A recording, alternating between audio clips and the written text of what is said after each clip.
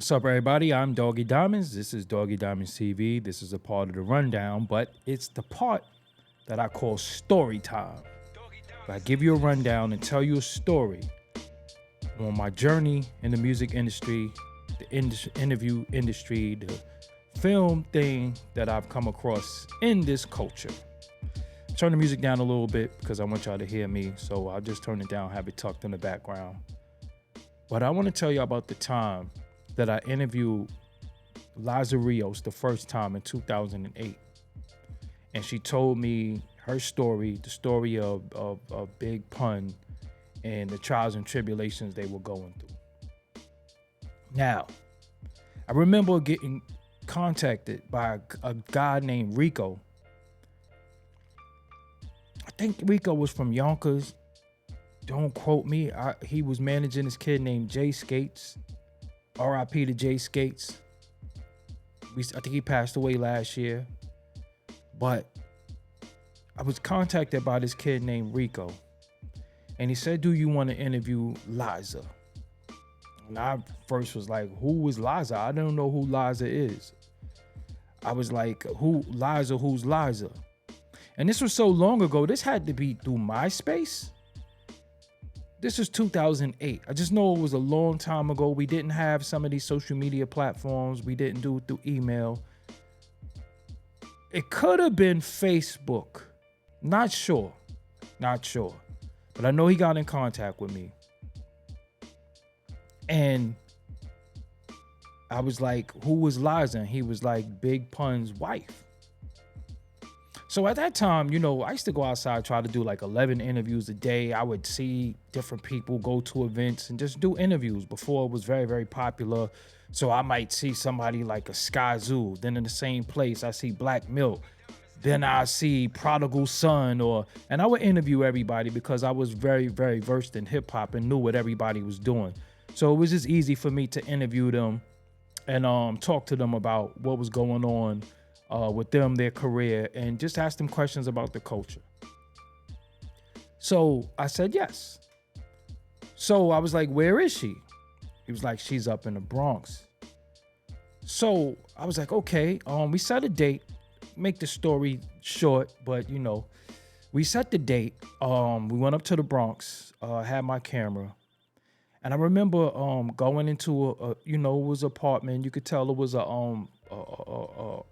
the home of somebody that was Puerto Rican because they always have a good smelling food. Most of the time, they cooked around the time I got there. It might have been dinner time, so it smelled good. And I've been in, many different Puerto Ricans' house, and they be chefing, they be throwing down. And at this time, I was 300, so I was like, damn, it smelled good in here, So I went in the crib, and I remember walking in the house, and she said, Pun is in the room.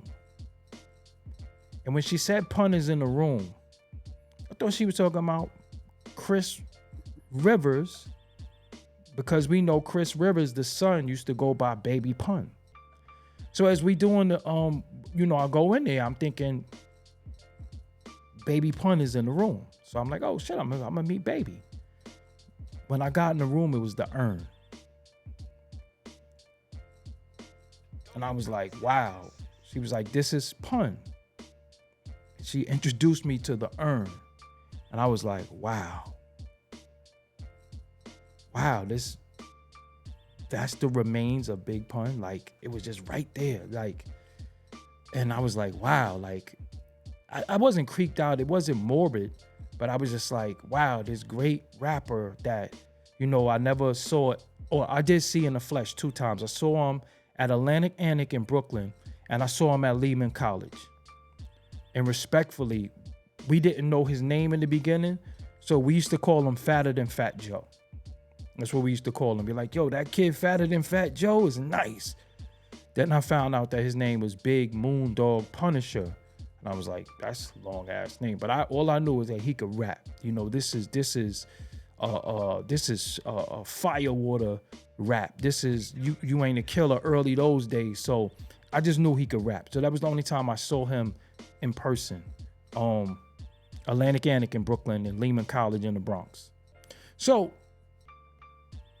we start the interview. mind you, I don't know what's going on really. I just know that I'm here to interview Pun's wife, his widow, and we do the interview.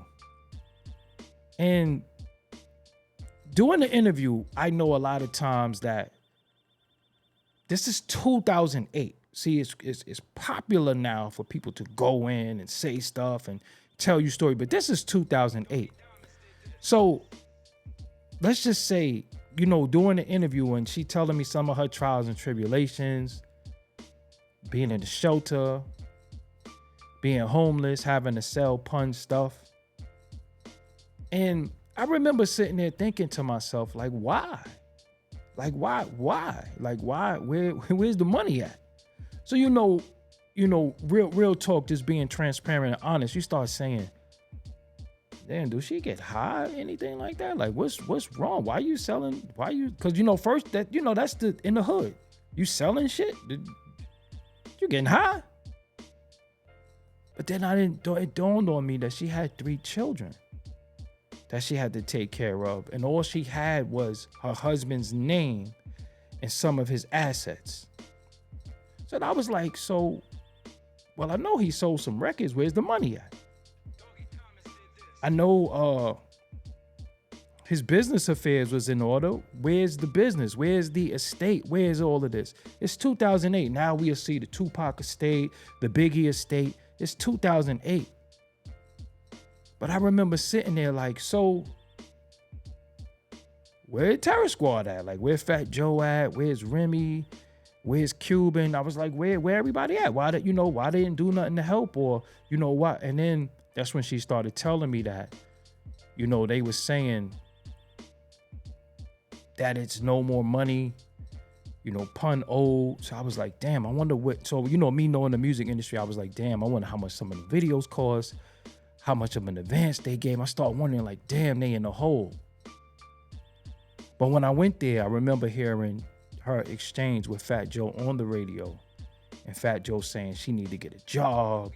He gave her all this money. So I'm sitting there saying, like, she must have blew these bags that she got. But hearing her talk, I don't know, I heard sincerity. I was like, something ain't adding up. And I was saying to myself, so like, say she blew some money, say she misappropriated some funds. Why didn't somebody say, yo, I'm giving you this and that's it. I can't give you no more. I ain't giving you no more. But just to hear, this was her mother's house. Like, she was staying in a room in her mother's house. We did the interview, everything was cool. And then his daughter came in, Vanessa. She was so little, and I'm like, damn, this is Pun's daughter. Like, and she just looked sad. I think she sings now. I think she's cool. But I remember just like, damn, this industry is messed up, man. I remember like, nah, this gonna be my mission to always give the underdog a voice. This always gonna be, man, anytime I got a voice, I got a camera, I got a platform, I gotta let people tell their part, because it's 2 sides to every story, but rarely do you hear the side of the person who is the loser. Nobody wants to hear from the loser. Nobody wants to hear from the broke person. Nobody wants to hear from the homeless person. Nobody wants to hear any of that. And I don't know, it just really bothered me, man. I was like, yo, man, this industry is messed up. And I remember leaving like, nah, they be doing people wrong. And I was like, yo, they be doing people foul. And you just would never know that. I remember leaving like, yo, man, I despise this. I love the music. I don't love the business, and I don't love the industry, because how could people know that Big Pun Kids is in a shelter and nobody did nothing? And then what tripped me out more is finding out 16 years later that it was money. So that gut feeling that I had of despising the industry that was because of what happened to her, it ended up being justified because $2.3 million was hidden from his family. They went through shelters. They went through food stamps. They went through, and they was deserving of millions of dollars. That then knowing that the psychological damage that you're going to go through from the trials and tribulations, and you fighting and nobody want to listen to you because you just a widow. She got to get a job. I gave her all the money. And even I remember seeing like comments like, she got to get a job. Tell her to get a job. Yo, and then nobody comes back and say sorry. Nobody comes back and say, damn, that was messed up. It's just like, oh well. But I remember leaving the Bronx that day like, I'm doing better than Pun family. How? I just got a website and a camera and trying to do my thing, but how the hell a platinum rapper, his family is not doing good and I'm doing better than them? And I remember when I did the interview, I edited it. We did 500,000 views in 24 hours, 2008. And I remember just like, damn, people want to hear the story. It was like the first of its kind of somebody really explaining of that magnitude. And, you know, I got to shout them out because she stayed diligent. She didn't give up the fight. And then years later, like over a decade and a half later, she finally got rewarded what she was entitled to, but had to struggle and live through all them years with 3 children. And then her husband is revered as, you know, one of the greatest rappers, but definitely put on for Puerto Rican rappers, but one of the greatest rappers of all time in the eyes of many. And his family was just left destitute. And if she didn't fight and stay diligent and get with the right people like Guru Roach and others, everybody would just be like, yo, she need to get a job. That's crazy, man. That's crazy. So I just wanted to share that with y'all. Like, you know, that day I left, wasn't feeling good about what I just saw, you know, the environment. I'm like, damn, I live better than them. I got more room than them. I got more leeway, and it's her and 3 kids, and they in the room, not no big, you know, master bedroom. It's like a room. Like, I'm like, wow. All the people that, you know, this is prior to GoFundMe or anything like that, you know, and then you didn't, you know, when you had pride, you didn't do things like that. You know, then her telling stories. So I'm like, what happened with Remy? And she was like, well, you know, one time Remy says that she gave me money, but she gave it to Joe to give to me. She never got that money. But when you hear stuff like that, you like, damn, that shit is brutal. This industry is wicked. So I just remember leaving that day like, nah, that's a part of my crusade, man. Like I can't be the guy who cheer for the hero or always holding the hero up in high regard, knowing that you did somebody wrong. You took somebody's inheritance. You took somebody's, what they was entitled to. And you living your life and they living destitute. I was like, nah, as long as I got a camera, as long as I got a voice, as long as I got a platform, because at that time I had the website, I was like, nah, I'm helping, you know. So I just wanted to share that with y'all. Basically in closing, the learning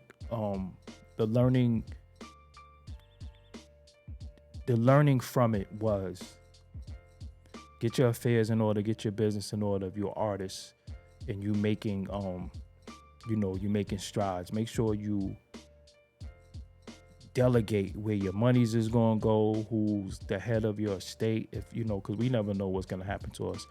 Make sure we let it be known that this is what I want to happen here. You got living wills, you just got trust, you got different things you got to do, because when you go, you never know what's going to happen to your family, and people not going to treat your family like you would treat your family. So it's just more of a lesson